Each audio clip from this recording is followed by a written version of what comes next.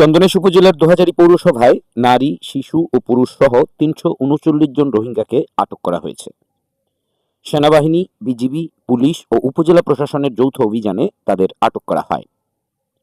বৃহস্পতিবার ৫ ফেব্রুয়ারি ভোর ৬টায় সেনাবাহিনী, পুলিশ, বিজিবি এবং উপজেলা প্রশাসনের একটি যৌথ দল দোহাজারী পৌরসভার ২ নম্বর ওয়ার্ড ও ৭ নম্বর ওয়ার্ডের বিভিন্ন কলোনিতে অভিযান চালিয়ে এসব অবৈধ রোহিঙ্গা অভিবাসীকে আটক করে।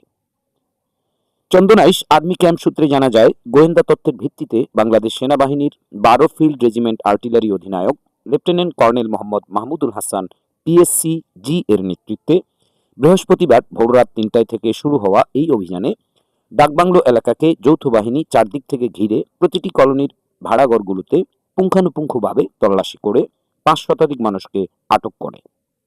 পরে তাদেরকে দোহাজারী ১০০ মেগাওয়াট বিদ্যুৎ উৎপাদন কেন্দ্রের পাম্প হাউসের সামনে জড়ো করা হয়। নির্বাচন কমিশনের একটি কারিগরি টিমের সহায়তায় আটককৃতদের জাতীয় পরিচয়পত্র যাচাই বাছাই করে যাদেরগুলো সঠিক পাওয়া গেছে তাদেরকে ছেড়ে দেওয়া হয়।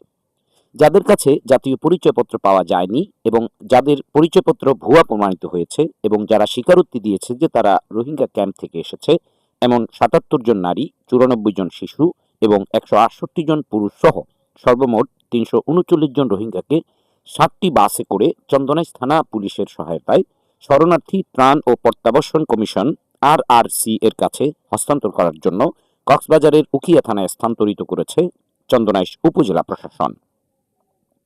আর্মি ক্যাম্প সূত্রে জানা যায়, জীবিকার সন্ধানে দেশের বিভিন্ন জেলা থেকে শ্রমজীবী মানুষ দোহাজারীতে এসে বিভিন্ন কলোনিতে বসবাস করলেও অবৈধভাবে বসবাস করা এসব রোহিঙ্গাদের বিরুদ্ধে পতিতাবৃত্তি, ইয়াবাসহ বিভিন্ন মাদকদ্রব্য বেচাকেনা এবং সেবনের অভিযোগ রয়েছে। তাছাড়া চুরি, ছিনতাই ও টাকার বিনিময়ে তারা বিভিন্ন অপকর্ম করে থাকে বলে একাধিকবার অভিযোগ পাওয়া গেছে। আসন্ন নির্বাচনে টাকার বিনিময়ে জাল ভোট প্রদান সহ বিভিন্ন প্রার্থীর হয়ে তারা কেন্দ্র দখল করতে পারে, এমন আশঙ্কায় অপরাধপ্রবণ এই এলাকায় আইন শৃঙ্খলা বজায় রাখতে মূলত এই অভিযান পরিচালনা করা হয়।